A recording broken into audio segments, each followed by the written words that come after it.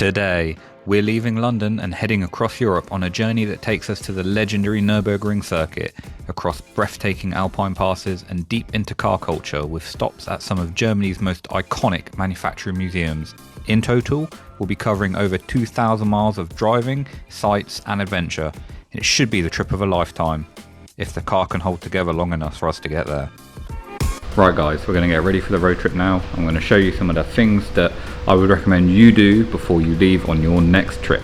Before any big road trip, the first step is to make sure that your car is actually ready for the journey ahead. Start with a simple walk around of the car and a quick inspection. Check your tyres for punctures, any sidewall bulges or damage, and any other bits that you might notice. Then set your tyre pressures to the manufacturer's recommended figures, unless you're running something specific like a semi-slick, in which case use the pressures that you trust. Next, lift the bonnet and check your oil level. On most modern BMWs, this means using the iDrive screen rather than the dipstick, which is a bit annoying to be honest. While you're in there, check your coolant levels. Cars like this will run a water-cooled intercooler or a charge cooler, which means that there's two reservoirs to check. They can be vulnerable to leaks from stone damage, so make sure that you check it before you go. And finally, top up your screen wash. This might sound like a basic thing, but you'll be really glad that you've done it.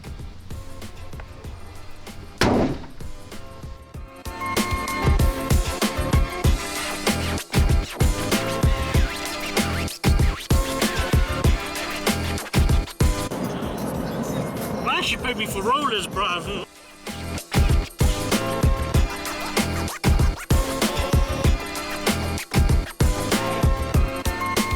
Right then, we are going to fill up at the Folkstone Shell just before the EuroTunnel. This is a bit of a rite of passage for many car enthusiasts heading across into France, of course at the usual premium prices. Can you share how much your rip-off is going to be?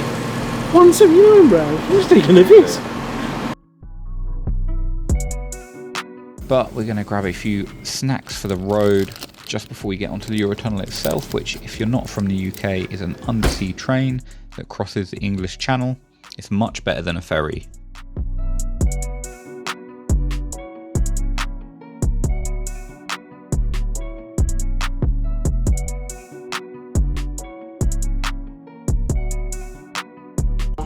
Et de laisser vos vitres ouvertes à moitié pendant la traversée.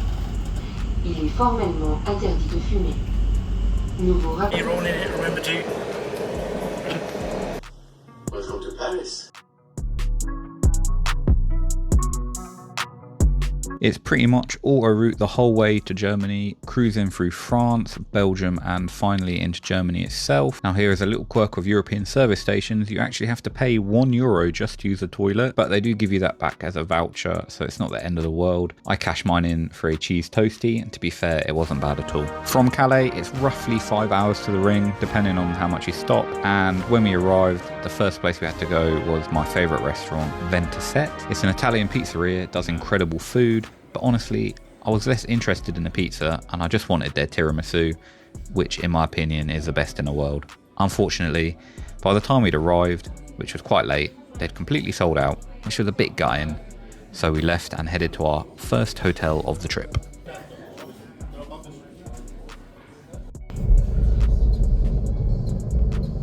So this is our space. Yeah, like a glove.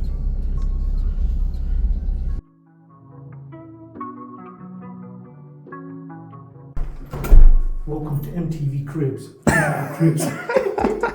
The first hotel. This is room 3, I guess. Got a little TV. We'll take that. They put some sweets out, so that's nice. Kitchen. The water and the crisps were ours, but they did give us these cookies, so that's nice. And a couple of muffins. Pretty nice. The question is, who's having a double bed? I don't care, bro. Like, if you want a double bed, you take it up. Nah, rock, paper, scissors, isn't it? Rock, paper, scissors, shoot. What do you... Scissors, isn't it? So again, rock, paper, scissors, shoot. Yeah. Can't do that. Gotta keep it PG for the families, bro. Mate, this is alright, isn't it? This is quite nice, actually. So first night hotel, we did get here, okay, we found it in the end. And yeah, it's pretty nice, so I'm gonna get an early night, we're gonna go to sleep and get ready for the taxi lap tomorrow at the Nurburgring.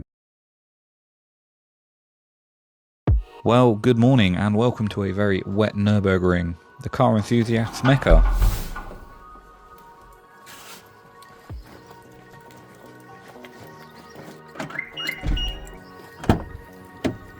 I've been here maybe 9 or 10 times now, and honestly it never gets old. The first stop had to be the circuit, and since it was Shiz's first time at the ring, we kick things off with a taxi lap. Think of it like the world's fastest Uber. We went with Hyundai because I've done their laps before and they are brilliant. They really throw the cars around and it's actually very good value for money. This time we went out in the Ioniq 5N, which is yet an electric car, and I have to admit it was really impressive. I generally don't like electric cars on tracks, but you can tell that they at least tried to make this one fun. Yeah, last lap we had sadly Ford Focus in front of us, very slippery now, yeah. This is fast, man. This is quick.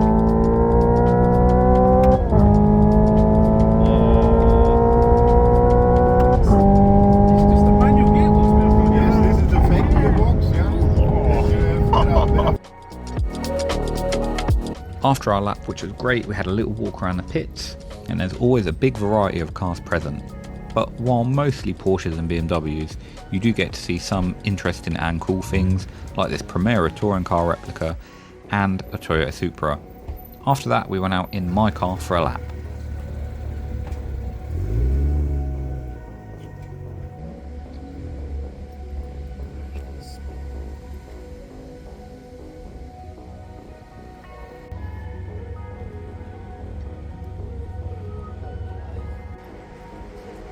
I will get the racing driver excuses out of the way. It was really wet and greasy, and I'll be honest, I don't know the wet line very well, and I didn't really want to put my car into a barrier on day one of our trip.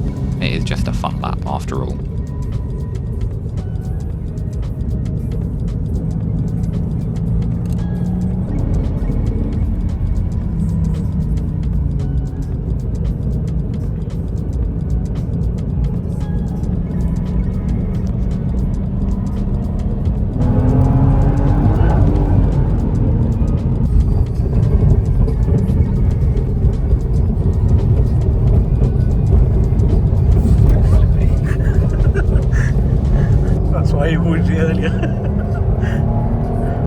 After our lap we went over to Brunchen, which is better known as YouTube Corner, probably the most well-known spot on the entire circuit. This is because it's where so many of the clips are filmed that you see on YouTube. Everything from the perfect laps to the, well, not so perfect ones. We stayed there for about an hour, just chilling really and watching a variety of cars go by. But after that we headed back to Ventisette. The owner had kindly invited me back to return for the tiramisu that I'd missed out on the day before. It was, as always, absolutely delicious, and it's a real highlight of any ring trip.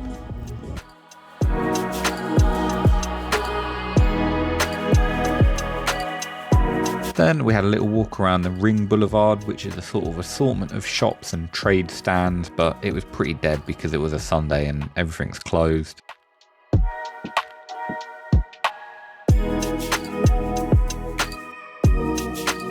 We did check out the Nurburgring Museum as well, as we had a little bit of time to kill. It has many motorsport vehicles and Nurburgring history from over the years. But after we had a look around, we did have to head off to our next stop, the town of Wehr, which is on the Swiss border. But a few minutes into the trip, we spotted a problem in our mirrors. Yep, as you can see, the wheel was wobbling badly and it wasn't a loose nut. So we had to find a mechanics that was open on a Sunday, which is impossible in Germany.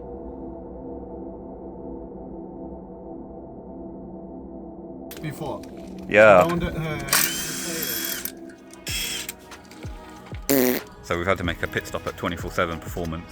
The rear wheel was going like that as I was driving, and I had this issue in the UK about a week before I left, and it was the wheel bearing on the driver's side. So we had the driver's side bearing changed, no problems, all good. And then I noticed it just now, and I come to 24/7 Performance, a great place in the area.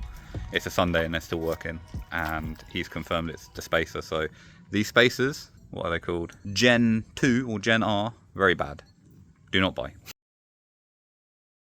Again, a big thanks to 24/7 Performance for helping me out. Having experienced a wheel bearing failure just 1 week prior to the journey, and being annoyed at myself for not changing both sides, I was really relieved when it turned out just to be the wheel spacer. Anyway, we were on the road to Wehr, which is around 470 kilometers away, and the weather was just getting worse and worse the further south that we headed.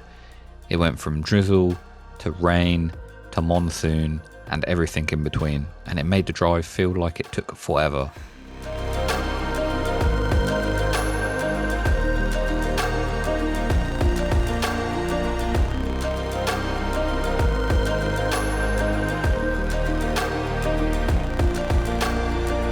but we did arrive safely and got settled into our next hotel stop. Our next apartment was really nice with a great host who also had the world's friendliest cat, which I wasn't expecting. It was so friendly that I actually was too busy petting it and I left my big camera outside in the rain. Luckily it was in a bag so it didn't get soaked and it was okay. The apartment itself was really nice and spacious, with the exception of two massive wasps which snuck in. We threw our bags in and headed off to fill up with fuel and find some place to eat. Our host recommended a newly opened kebab house, so we went there and it was really nice. I tried some weird salty yogurt drink which was great, and enjoyed a mixed kebab, fries and some baklava to finish. The waiter and owner was very friendly and helpful, so I'd highly recommend this restaurant.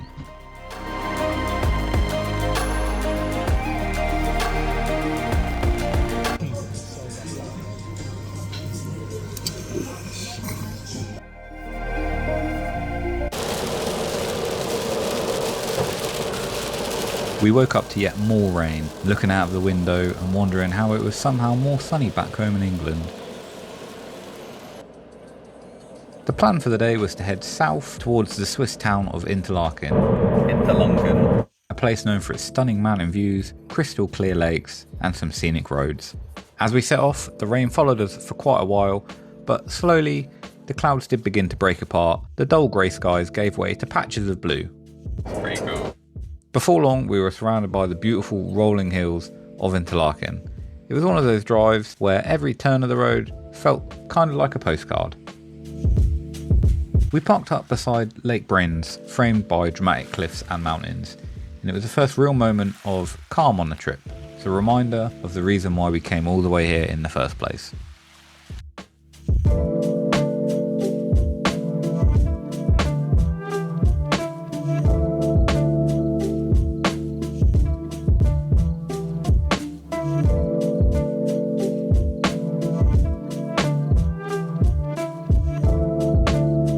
From here we headed into the centre of Interlaken itself for a little wander around. Once we'd figured out how the parking machine worked, because it seemed to be broken and wouldn't take a card payment.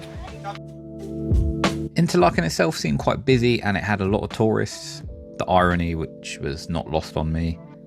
We walked around some of the local parks, saw a famous statue of a film producer, which I don't remember any details of, and visited the local shopping centre, which was basically the same as the UK without the risk of a stabbing. After looking at the floating umbrellas, we worked up quite the appetite, so we went for a lovely ice cream. I went for a mixture of flavours with the sour cherry and chocolate.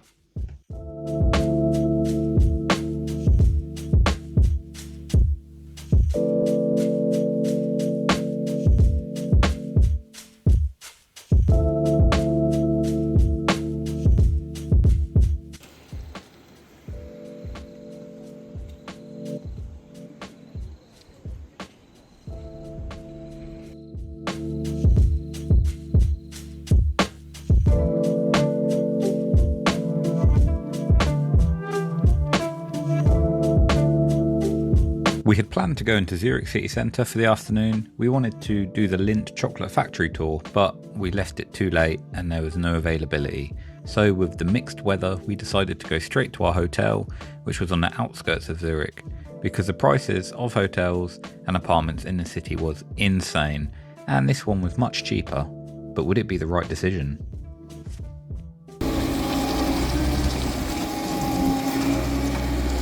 Alright guys, we are going on a room tour, or a house tour rather, of our apartment.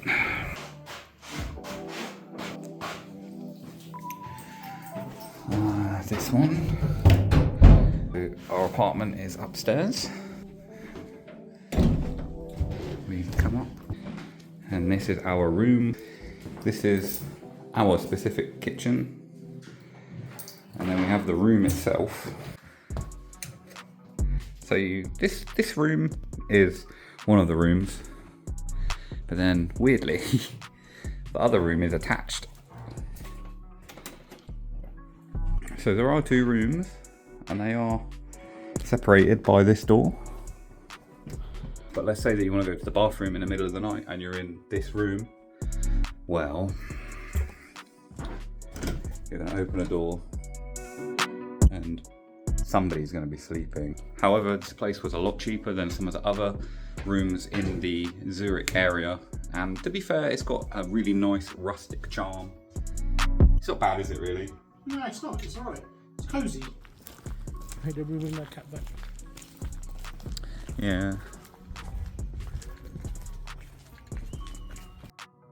The only restaurant in the area was this place called Gerlisberg, and it was actually really nice. While I can speak a little bit of German, I was struggling with the menu and I had no phone signal to use the translate app. So I ordered this dish thinking it was steak and chips, but it was actually fish and chips, but it was still really nice.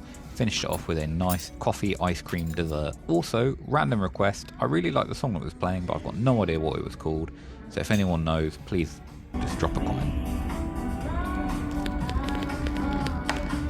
So we just had a delicious dinner and we are just going for a little walk in the rain because it's quite early. It's not even 7 o'clock yet, and even though it is raining a little bit, it's not too bad. So we're going to have a look at this beautiful scenery and see if we can find anything interesting. That's a nice black cat. I guess we'll never know why the chicken.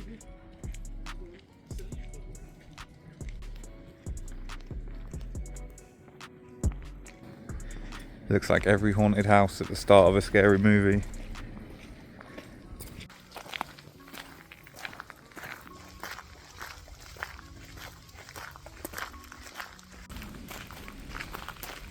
It's 240 down there, bro.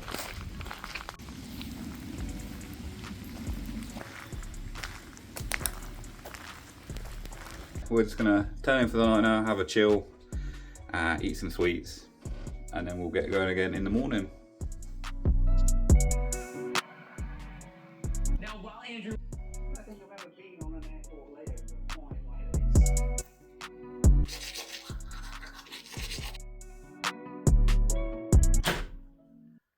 Morning, Jerry!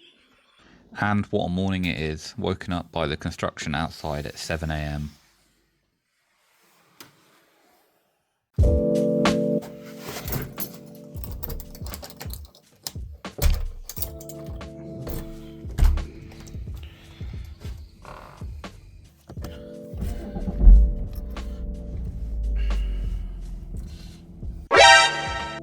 We're on the way to Munich, but we have just stopped at a car wash that I saw, as the car is absolutely hanging from all of the terrible weather.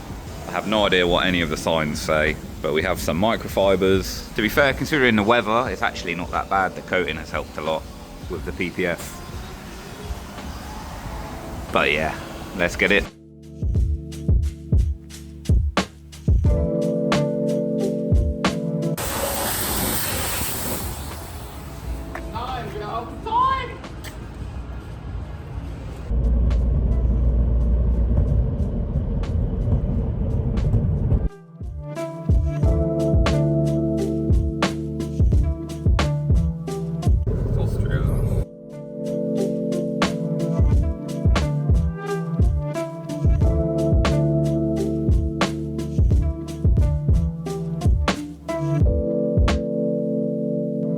So with the car looking much cleaner, we headed on into Austria, which was lovely by the way, before continuing on the autobahns towards Munich. It was a pretty uneventful journey. The only thing to note was this special one-of-one Vauxhall Adam. It must have had a B58 swap. Munich traffic was pretty bad, but we eventually got to the BMW Museum, got parked up and went inside.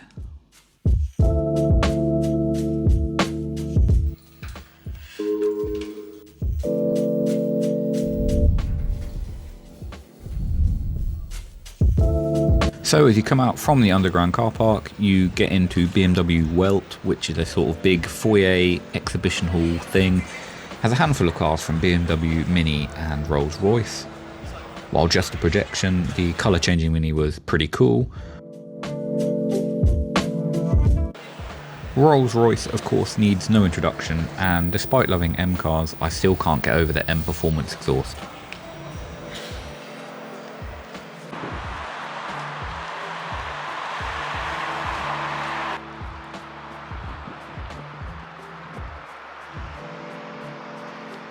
Once we had a look around in the Welt, which took about 20 minutes, we crossed the road to the BMW Museum, which we had pre-booked, but you can get tickets on the door.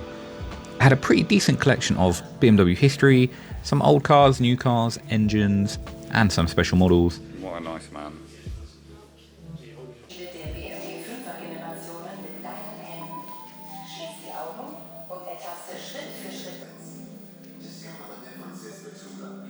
Being a detailer, I couldn't help but notice the swirl marks, so if BMW need a decent detailer, maybe they can call me, or someone else, I guess. This is a wall of every BMW badge ever made, so if eBay is ever out of stock, you know where to go. I didn't know Elvis had a BMW, but apparently he did. There's a collection of mirrors in many of the BMW individual colours, which was kinda cool if you're a car geek like me. Anyway, once we took a look around, we were hungry, so we went back into the Welt, where there was a nice steakhouse, which was actually very nice and not that expensive.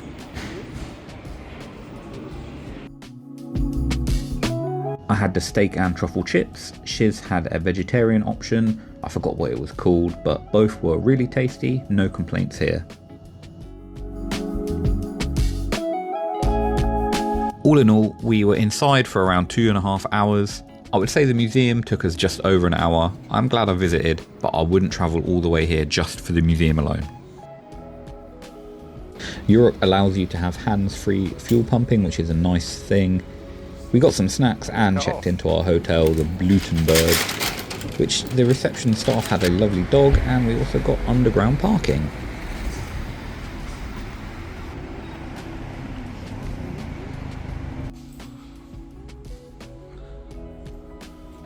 Next hotel, we are at the Hotel Blutenberg, I believe it's called, and I'll take you on a quick house tour. So we've got an apartment. This is 1 bedroom. We've got a nice view out of the window. We've got a little bathroom with a shower. We have a small kitchen, nice. We've got the second room as well. So this is basically the same as the first room. It's nice to have our own rooms, so we don't have to walk through each other to have a wee.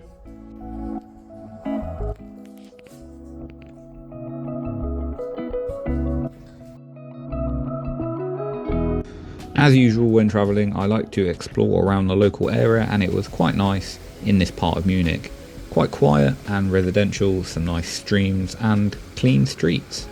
There's never really much litter in Germany compared to here in the UK. It is much tidier.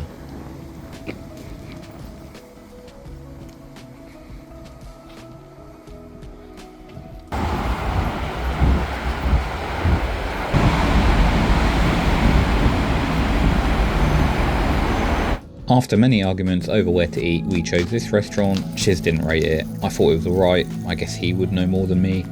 My mistake. Then we went to sleep.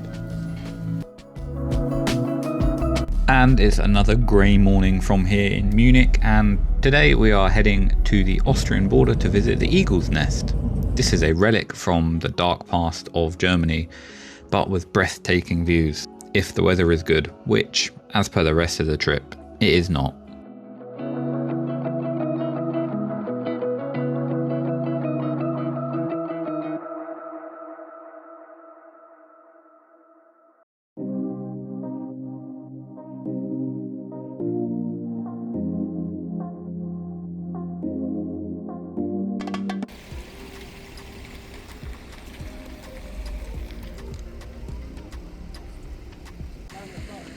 The Eagle's Nest itself you can't actually drive to, you have to park at the bottom, and you can either walk up a massive mountain or you can take a shuttle bus. You can guess which one we did.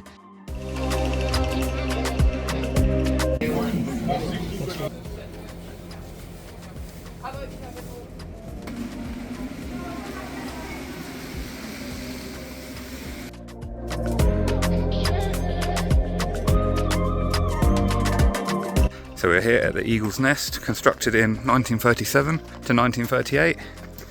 It was a present from the Nazi Party to Hitler.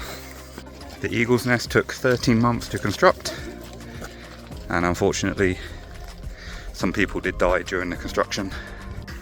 The Eagle's Nest itself was about 6,000 feet, which is 1,800 meters, just over. Primarily used for visiting dignitaries to sort of show off the area. Hitler was actually very rarely present as he was scared of heights, believe it or not.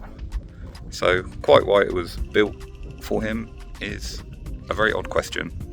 We were between cloud layers at the top, so at least it wasn't raining, and even though there was a lot of cloud, we still did have some stunning scenery.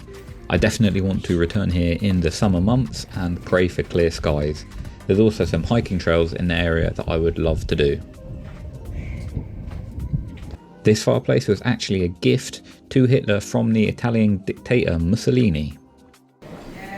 We had a quick bite to eat in this restaurant at the top, which was nothing special.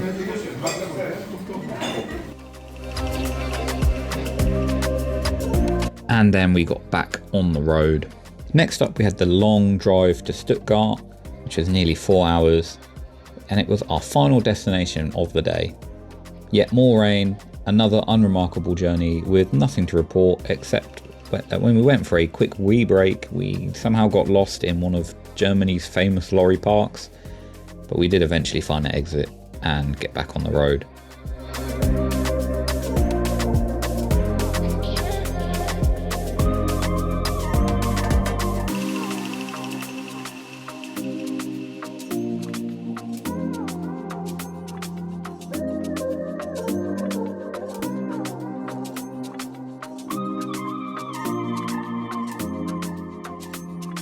As night fell and the rain carried on, we started to see glimpses of the rich car culture that Stuttgart offers, being home to both Mercedes and Porsche.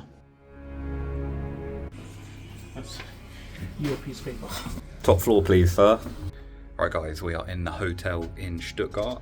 I made a booking mistake, so we were supposed to be here for 2 nights, but we are here for 1 night, and we are going to another hotel tomorrow night, which is kind of frustrating, but I'm going to show you the hotel room. 709. Welcome to the penthouse. Ah, thank you. Fancy seeing you here. The throne. The throne. The throne. Cooey. Are there any pubes? No. Okay. Then there's a weird meeting room which has these little pull-out stools. Doing some business. Hello, would you like a job? Yes, sir. I need money. And then this is the bedroom.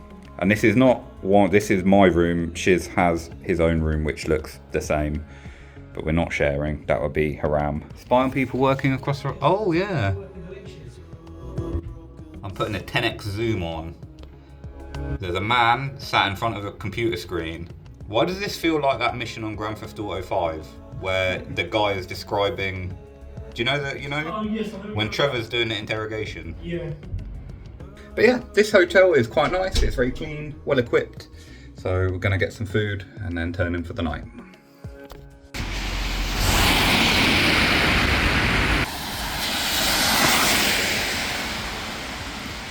It's always a risk of getting splashed. We're in the ghetto.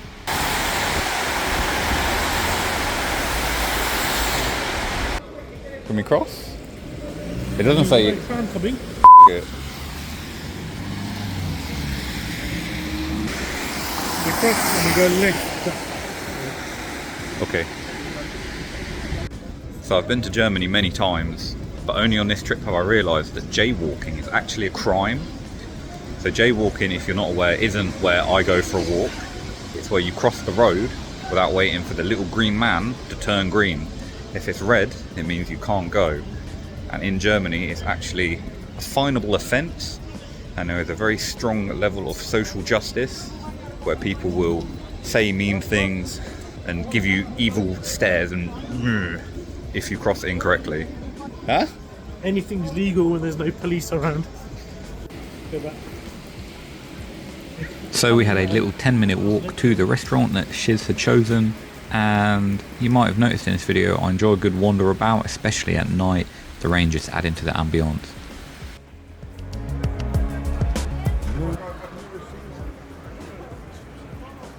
The place we were eating was called Eti Mangal, and it was a great shout, really nice food here. Then we turned in for the night, ready for the excitement of tomorrow.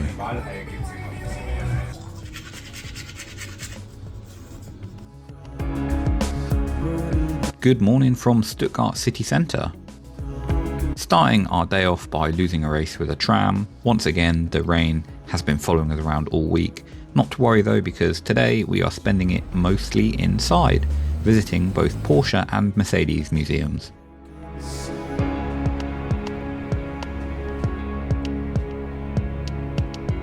Starting with Porsche, we got parked up and went inside. Hang on a minute, has he got two phones?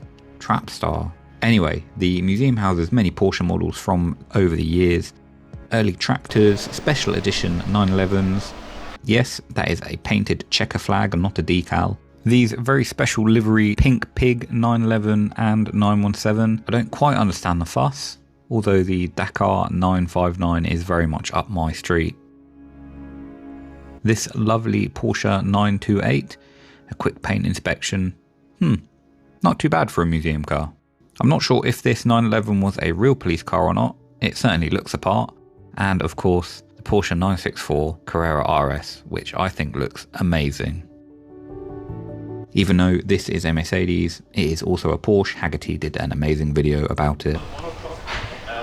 Some things like the pedals are really racing, and the shifter is in really close way to the steering wheel, so you can... To Porsche's credit, some of these odd paint jobs are really very unique. This 911 in a shark finish is completely custom product done by Porsche to basically show off, and it looks amazing. We weren't in here for long, less than an hour. To be honest, it was quite disappointing. I was hoping for a full lineup of every 911, for example. It seemed like a missed opportunity to not have them parked up to see the product evolution, and there was not much information. It seemed a bit smaller than the BMW Museum. It was just an assorted car collection. It's worth a visit if you're local, but not as an exclusive trip. Oh well, let's see what Mercedes-Benz can offer. Arriving at the Mercedes-Benz Museum and Mercedes-Benz Stuttgart, we parked up, saw a beautiful Aston Martin in the car park. And these sort of matchbox cars, this is a really nice spec, and an A-Class as well. We got into the museum and it actually starts off by taking you all the way to the top of the building, because you work at the top and go down, and it takes you on a sort of journey through time. So we start off at the top with Mercedes' first engine. It's called the grandfather clock. It was the first engine fitted to pretty much any sort of car, and as you progress down through the museum you get to the more modern stuff and the motorsport at the bottom. It's a very varied selection. There are buses, other utility vehicles, old classic cars, and of course the more modern stuff. No visit to the Mercedes Museum is complete without seeing the 300 SL Gullwing and the SLR in the background, which is the most expensive car. Princess Diana had one of these, and actually this was Princess Diana's car. And this 190E belonged to none other than Nicolas Cage, who you might know from a variety of movies. The one that comes to mind for me is Gone in 60 Seconds, one of the best car films of all time, in my opinion.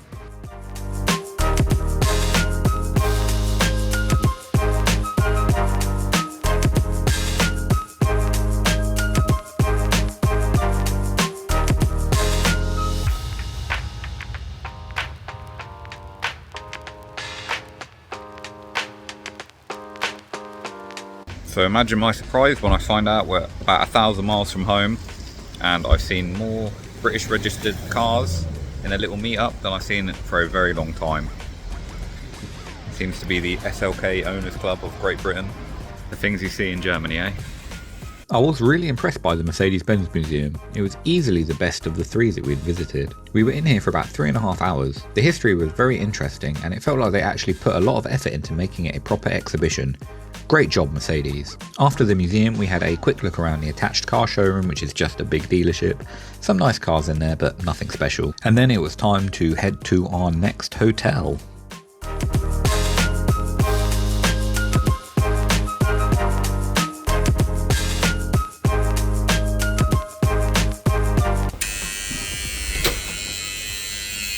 All the rooms on the right, he said.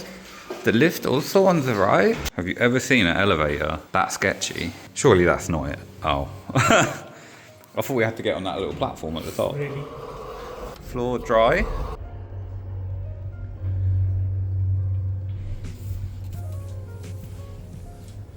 Right, next hotel. We are second night in Stuttgart at a different hotel because of the booking mistake that I made. This is a hotel Am Astoria, and we've got the top floor apartment. I'll take you on a little tour. So this is one bedroom. Nice view. Bathroom. Nice and large. Small kitchen. And another bedroom. And yet again, to another hotel where there is no way into the bathroom from one of the bedrooms. But I do believe there used to be a door here, and I'm not quite sure why they've blanked it off. If there's any German law experts that could explain why maybe there's a regulation, this is the setup that's quite popular, let me know.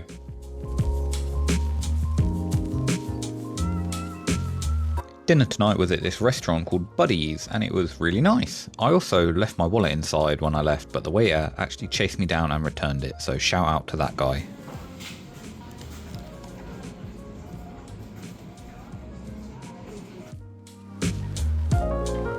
We were up bright and early as we were travelling from Stuttgart to the town of Cologne, our last overnight stop before heading home. We had a bit of a mashed up schedule today. We were supposed to go to the Michael Schumacher MOTORWORLD the next morning, but we decided we'd try and get an earlier train back instead. Since MOTORWORLD was open till late, we decided that we'd go there this evening. With all sorts of chaos on the roads and approximately 1 hour of delay, we did a quick pit stop back to the Nurburgring to see if ED Tankstelle, which has this amazing collection of model cars, had a BMW M2 because Shiz wanted one. But it didn't. So we went into Adenau to get some grub before continuing on the road to Cologne.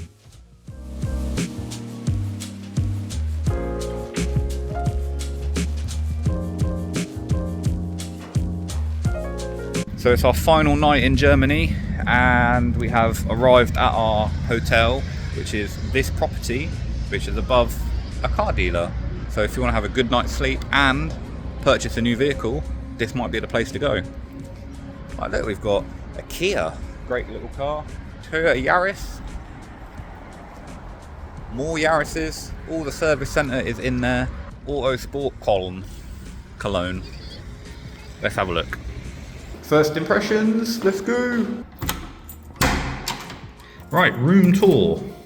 Immediately you're greeted with a bathroom with a shower, a little peephole. Who's there? Right, you walk in and there's a bed here. There is a bed here. You have a kitchen here. And then there's another bedroom here. And a living space. It's very clean at first glance. Someone's buying a used car.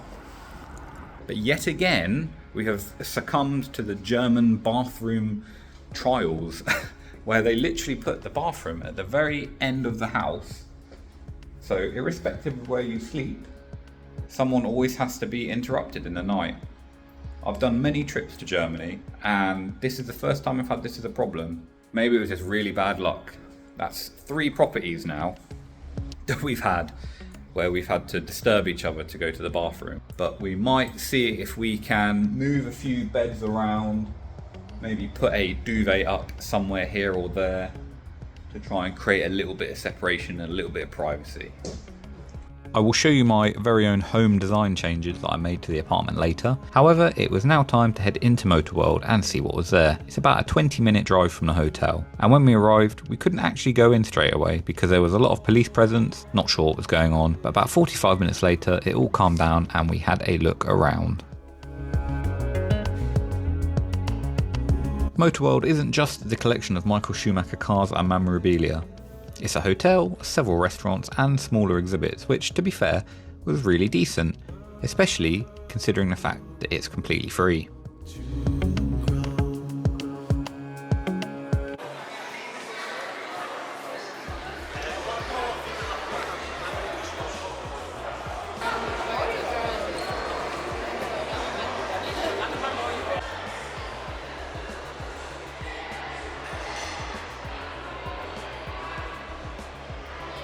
Whether you're a hardcore motorsport fan or not, The impact that Michael Schumacher had is undeniable, and of course he is best known for his allegiance with Ferrari, which really stood out in the vehicles and memorabilia on display.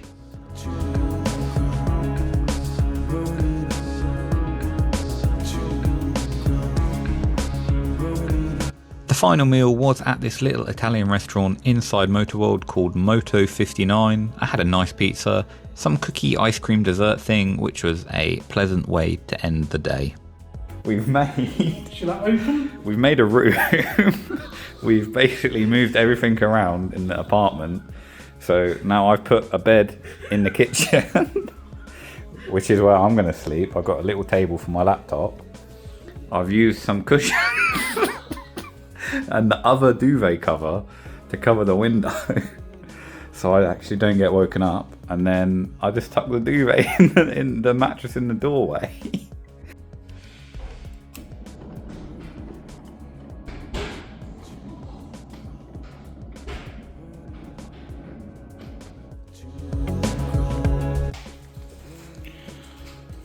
You would never know.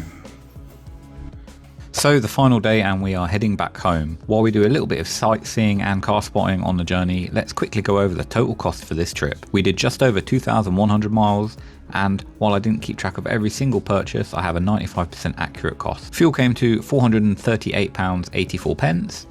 I didn't keep track of the MPG, but the total trip average was, I would guess, around 36 to 38.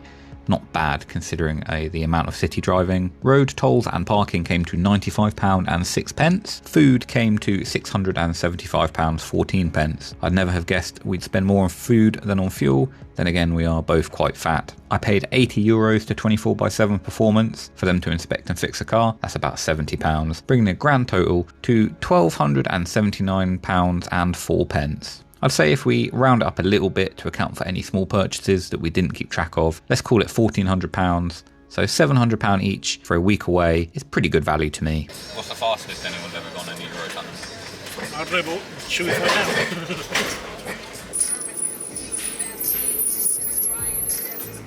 We are on the UK now. Yeah, buddy. Welcome home. So with all that said and done, that's the end of this video. Thank you so much for watching. If you have any questions or comments, or if you've done a road trip of your own and would like to share your experience, please drop a comment below. See you next time. Come on. It's you versus you in the octagon. Don't tap face down on the mad legs trap. Gotta find a way to get up. All eyes on you. So what's your next move, son? You better